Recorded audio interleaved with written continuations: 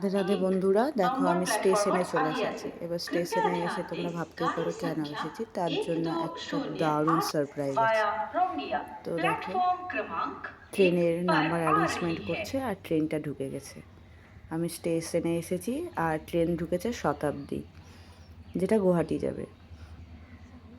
সকাল 9টার সময় রাঙাপাড়া স্টেশনে পৌঁছে গেছি শতাব্দীতে। আর এদিকে শতাব্দী তোমার প্ল্যাটফর্মে এন্ট্রি করে নিয়েছে।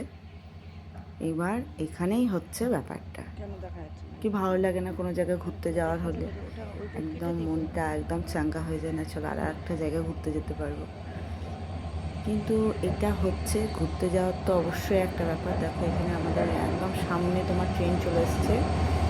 আর বেশিক্ষণ করা যাবে না, মানে ভিডিও করা যাবে না। ইঞ্জিনটা আমাদেরকে ক্রস করে চলে যাবে। দেখো আমরা অনেক পরে থেকে গেলাম একদম। এটা হচ্ছে আমরা শতাব্দীর বগিও ক্রস করে সেটা তেমন কিছু নয়।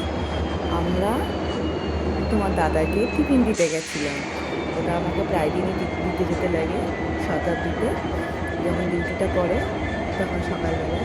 তো দেখো ওই দিক থেকে নেমে পড়লো আর ওকে টিফিন দেওয়ার পর ছেলের আবদার যে এখন ইঞ্জিনে উঠবে। তো এইটা তো হচ্ছে লাইসেন্স যার কাছে থাকে তার কাছে। তো আমার ছেলে এমনভাবে উঠলো যে আমার ছেলেরই নিজের ট্রেন হচ্ছে, এরকম একটা ব্যাপার। আমি তো বললাম হর্ন মারার কথা, হর্ন মারা যাবে না, কারণ সেটা থাকে না। তো আমার ছেলে ওখানে বসে খুব ইচ্ছে হলো, কারণ আমার ছেলে উঠে বললো। আর আমি পারলাম না ইচ্ছে করে, আমি অন্য টাইমে ইঞ্জিনে চেপেছি, কিন্তু এই এখন যেহেতু অন ডিউটিতে চাপার নিয়ম নেই, তো ওই আর কি। তো ওই জন্য চলো ছেলেকে চাপিয়ে ঘুরিয়ে দেখালো। তা আমি বললাম যে একটু ভেতরটা ভিডিও করে দাও। তো ওই জন্য ও বেশিক্ষণের জন্য না, কারণ এগুলো তো তোমার ভিডিও করার ইচ্ছার মধ্যে থাকে না, নিয়মের মধ্যে, কারণ এই জিনিসগুলো ঠিক না। তো ওই আর কি।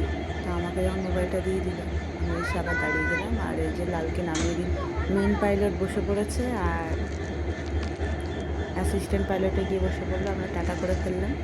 এবার আমরা এখানে চলে আসবো। অ্যাকচুয়ালি কি টিফিন দিতে গেছিলাম, দেখো ওদেরকে শতাব্দীতে ওখানে কফি দিতে এসছে। এবার আমার এখানে ভুল করে মুখ থেকে বেরিয়ে গেছে যে স্পেশাল ব্যাপার, মানে স্পেশাল ট্রিটমেন্ট, মানে ওদের জন্য।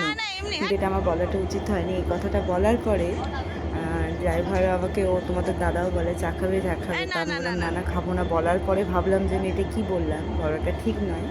কিন্তু তাহলেও মানে তখন বলছে খেলে কিছু হবে না। তা যাই হোক, আমাকে অনেক কিছু বড় বললো। ছেলেকে এই যে বিস্কুট দিয়ে দিল ওর পাপা।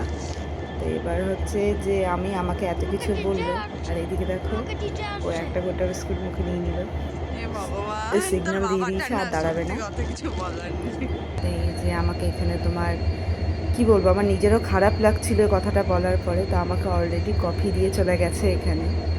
তো এখানে দেখো, এখানে দেখিয়ে দিল, দিয়ে আমাদেরকেও টাটা করে দিল আর আমরাও টাটা করে দিলাম।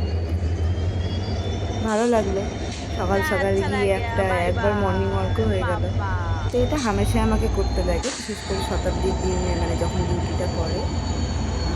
এখন গুয়াহাটি যাবে, গুয়াহাটি থেকে এই যে দেখো আমাকে এদিকে কফিটাও দৌড়িয়ে দিয়েছে। এবার দেখো তোমরা তো সবাই, মানে আমরাও শতাব্দীতে চাপার পর শতাব্দীর চা কফি কিছু আমি শতাব্দীর নিচেই পেয়ে যাই। মানে আমার বেশ ভালো লেগেছে জিনিসটা। অবশ্যই তোমার দাদা যদি এই জায়গায় একটা চাকরি না করতো, আমি এই ফ্যাসিলিটিটা কোনোদিনই পেতাম না। তো ভালো লাগে যতই হোক, মানে একটা মানে বিশাল বড় পাওয়া যাকে বলে এটা। তো আমার ছেলে বললো মামা আমরা ভিডিও করে দিচ্ছি। তো ওর বাবা আমাকে যা যা প্যাকেট ট্যাকেট দিয়েছিল ওগুলো সব দিয়ে দিল। তো এই ছেলেকে বললাম চল, ছেলেকে বললাম তুইও খাবি চল।